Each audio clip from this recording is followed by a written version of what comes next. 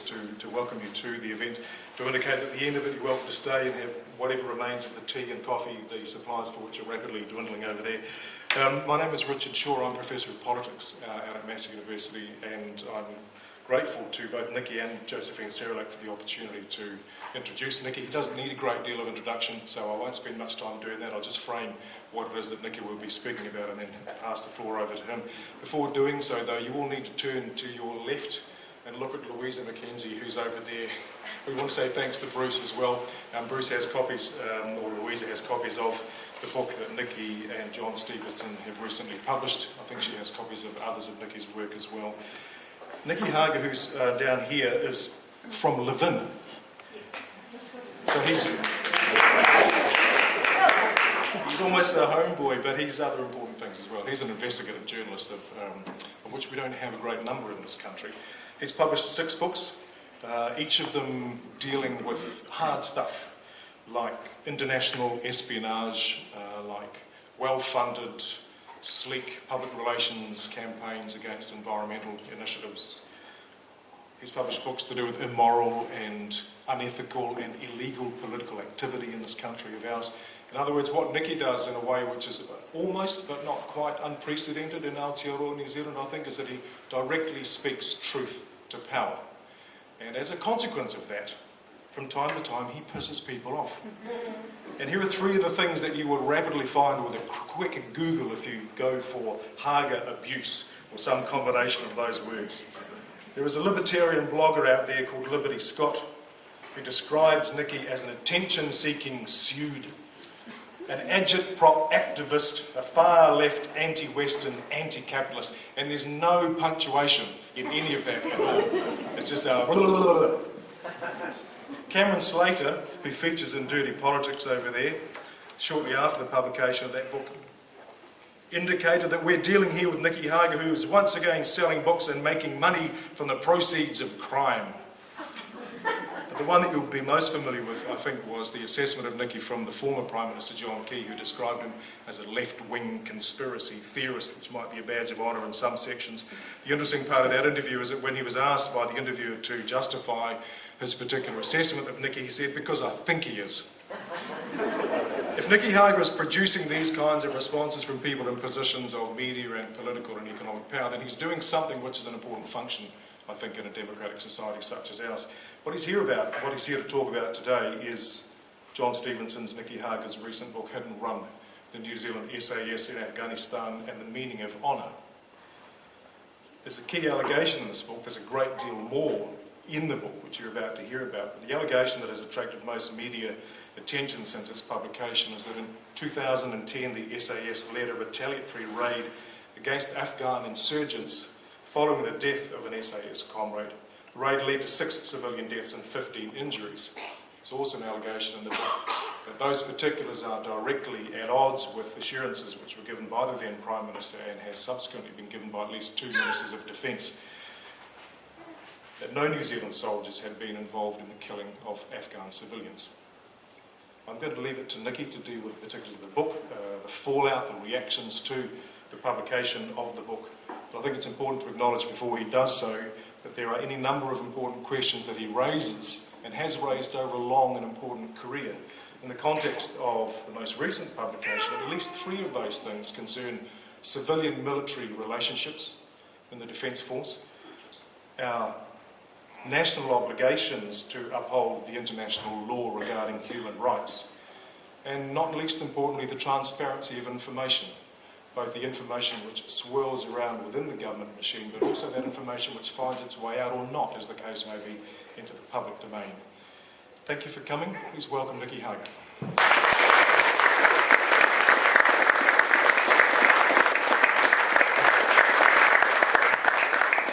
Kia ora tātou.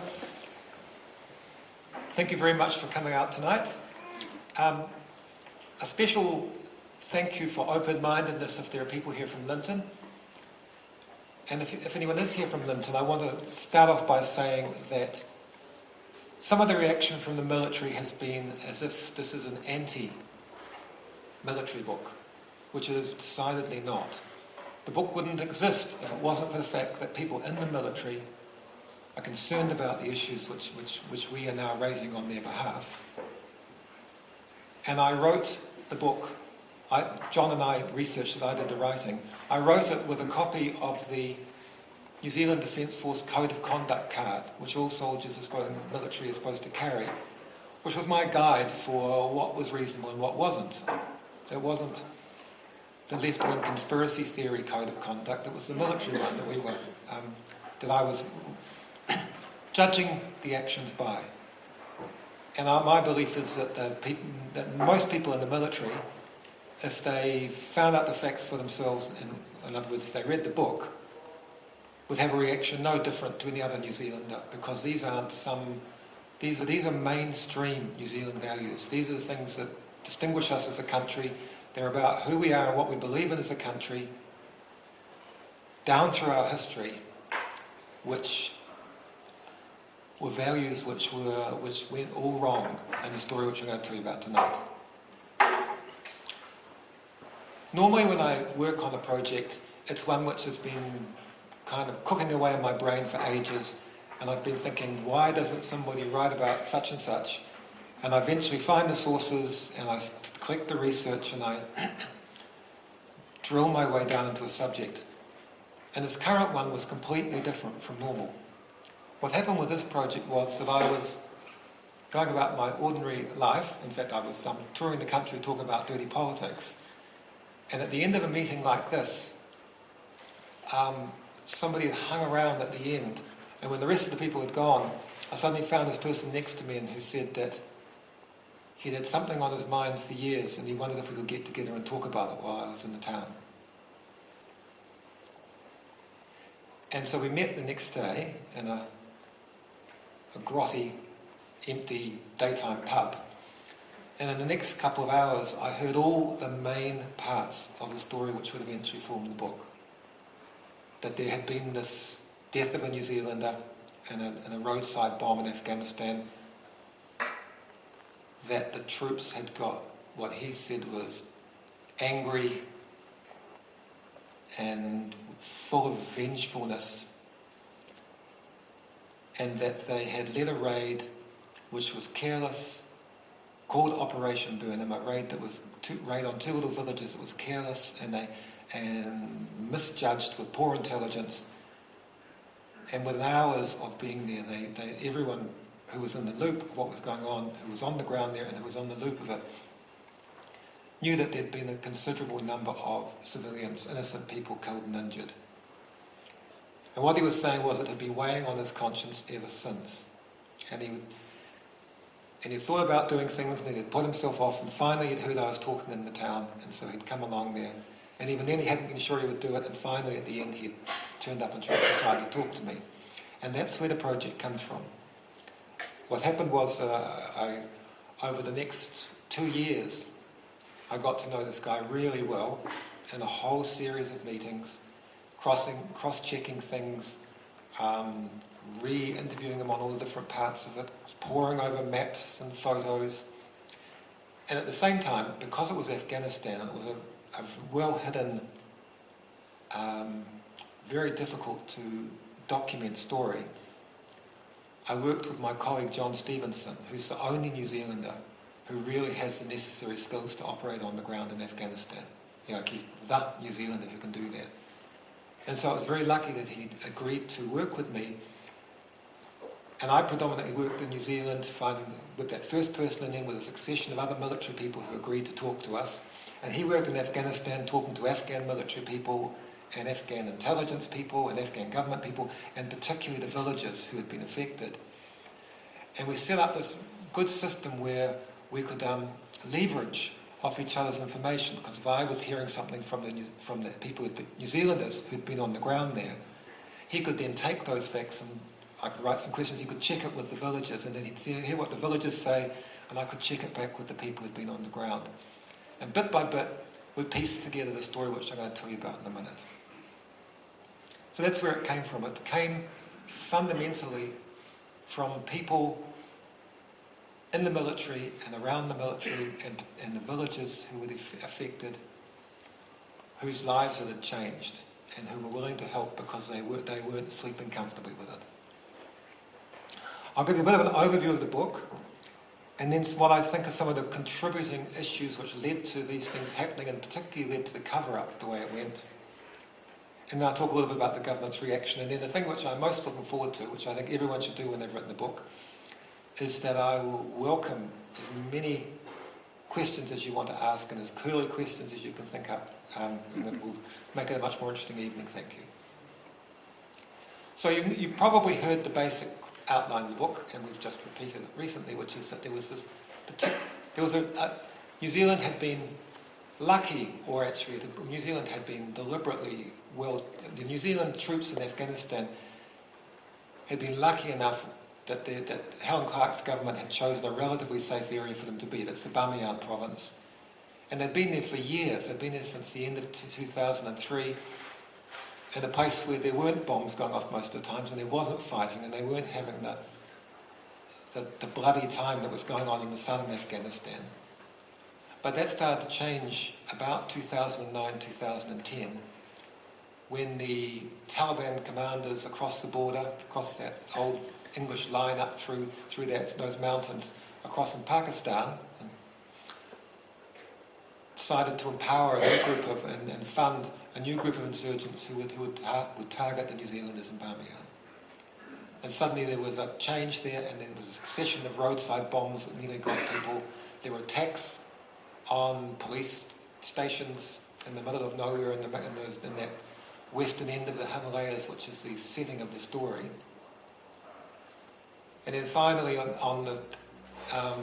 early August of 2010, the more or less inevitable happened, which is that the first New Zealander died in combat, which is something which has happened in nearly every other country which had sent troops to Afghanistan, but New Zealand had been exceptionally lucky up until that point. And so a New Zealander died, and that's the thing which I said that confidential source first talked about, the way that a mood of rage went through the place. And it's a well-established pattern in war zones, that on top of a process of distancing that goes on in the way that they talk about and are angry at and name their enemies, which is some of the preconditions for war crimes, is a very common thing that where people who are normally restrained and obey their rules and things have one of their own close buddies die. That's when things most often go wrong. And that's what happened with New Zealand. The story is that the New Zealander sadly died at the beginning of August, and a frantic search began for the insurgents who were responsible. They did this. There's a chapter on this. It's interesting if you're interested in intelligence in a war zone. But they were using informers. They were paying local people. They were paying local people who were family members with some of the people they were spying on. It's a very close-knit society. They were risking people's lives to help them on this. One of them got killed in the process. One of the Afghan leaders got killed because he was suspected of being an informer at that time, which alas he was. And they were bugging phones all over the region from that friendly old Bamiyan New Zealand base, the Public Provincial Reconstruction Team base. There was a secret part of it, which was like a little tangiwana, your radio eavesdropping base out by the coast here, which was spying on friend and foe, all the different cell phones and major communications network that were passing through Bamiyan City. And in that way, they pretty soon knew, like within days, they had a pretty good idea. In fact, we know from separate sources, they had an entirely accurate idea of who the insurgents had been, who had conducted the attack, the roadside bomb attack which had killed the New Zealander who came from Fielding to O'Donnell. And so then the people who had been doing the intelligence handed it across to the SAS. And this is when the catastrophe, what would be a catastrophe, began to pick up momentum. The SAS took the list of names and they wrote up long reports within the American military system of Afghanistan, which were the submissions to get the US commander to put these names on a very secret list, which was the kill-capture list. It's the one of all the leaders and all the people within the country who were going to have a drone going above their house or a bomber dropping a bomb on them or whatever. It was the kill list essentially, but sometimes capture list. And so the New Zealanders, who were supposed to be respecting the Afghan government and the rule of law and the arresting of people and the putting through the legal system, put the people who attacked their convoy on a different track, which was essentially the kill one, or the kill or capture one, with different rules and no legal system and no due process. And then they started preparing for a raid on the two villages where they believed, based on their intelligence collection, they would find the insurgent group hiding. And they asked the Americans if they could have attack helicopters, Apache attack helicopters, which are like, compared to people living in subsistence villages, this is like a Star Wars machine arrives over the ridge with night vision equipment and things that can detect someone's heat kilometres away, and formidable, terrifying targeting systems and ghastly weapons. They're huge killing machines, so they brought those in to help them, and other higher level attack planes and surveillance planes and drones. They had the whole kind of first world military machine targeted on these two little villages. The only problem being that their intelligence was completely wrong and their judgment was unsound. Because since the beginning of, since generations back in the war against a different foreign country, which was the Soviet Union, Soviet Army in Afghanistan, the insurgents have followed a well-worn and understandable procedure, which is that when they've just conducted an attack against these vastly more superior opponent, they run away and they hide in the mountains until things cool down. They don't go home. They don't stick around in the villages. They hide in the high mountains, and that's what the whole insurgent group was doing when the raid occurred, when the date of the raid arrived. And so the SAS launched its largest operation of its whole time in Afghanistan, with the most SAS troops and backup Afghan troops and the attack helicopters and the drones and the rest of it on these two little villages, which alas had only children and their parents and old people in them at the time. So it was a disaster was waiting to happen as they flew into the area. You've heard the rough story through the news. I imagine there were 21 people who were killed and injured from those helicopter gunships and a SAS sniper.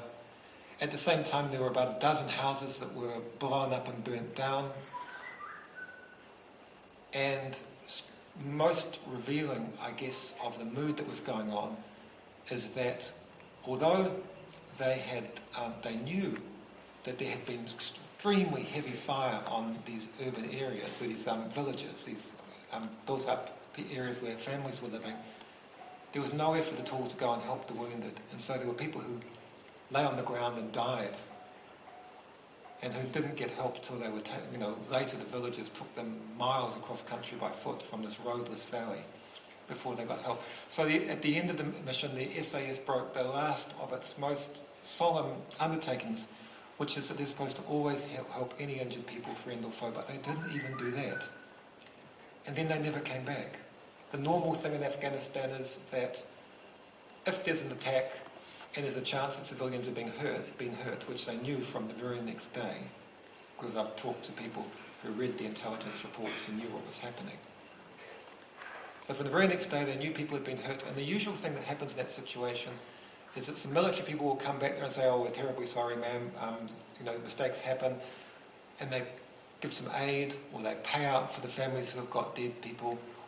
They sometimes fly people out for medical aid in the military hospitals, but nobody came back. This was, as the soldiers said to us, everything was different about this raid.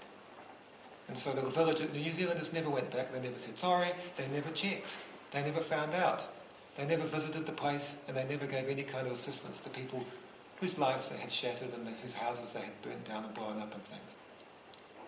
And so the point about this is, just in summary for what we've also found, this is not how the New Zealand military normally acts. It's not how they're trained. They're not trained. They didn't, New Zealand military are not trained to leave wounded people on the ground or to blow up and burn down houses and that kind of thing. It's certainly not to be indifferent to the possibility of hurting civilians. But as the people who we talked to said, there was a mood about this whole operation, a mood of retaliation, which meant that they weren't doing what they normally do. And that mood of retaliation continued when they, over the next 2 years, when they found various of the people on their kill list and had them killed by drones or aircraft bombs. And then when they found one of them who they couldn't bomb from or shoot at from a drone because he was staying in a mosque in Kabul, and with him the SAS raided the place with Afghan forces, got the guy, blindfolded him, tied him up, put him in the back of an SAS vehicle, and then beat the shit out of him, which is the next utterly unnegotiable rule of, in fact, the Geneva Conventions and the New Zealand Codes of Conduct and everything, that you don't do that. And again was part of this strange difference from what everything that the military would say it stands for. And then they took this prisoner whose name was Karen Mirage, a very interesting character in the story if you're prepared to accept that insurgents are human beings with their own stories. They took him across the city to the Afghan secret police, who the British forces had refused sometime earlier to continue to take any prisoners to, because there was such prevalent torture there, and who the British courts just shortly before had reconfirmed was a place where they couldn't drop off, couldn't deliver any prisoners. The New Zealand SAS took them there, waited around while they signed them in there, and then later got the transcript of the interrogation while the person was tortured there, and details of the torture, which again they did nothing about, which under international law they had to do something about. But they took the interrogation sheet and they never went back or did anything about that either. So there was this long series of things which, I'm not sure how they sound to you, but each of them clashes terribly with the things which the New Zealand military stands for. And the New Zealand military is actually big on this. It's one of the things I like about it. My people I know in there and friends in there. If you meet if you talk to people from Linton about being on operations overseas, what they'll always say to you is, we're not like the Americans. And this is not a glib, small thing. It's actually a matter of pride and identity that they compare themselves with the Americans. They say, the Americans have got bigger weapons, but we actually use our brains. We don't do the kind of shitty things that they do. We're more disciplined. And we've got an underlying, strong sense of human rights and empathy for the people we work among. Now, they pride themselves for this.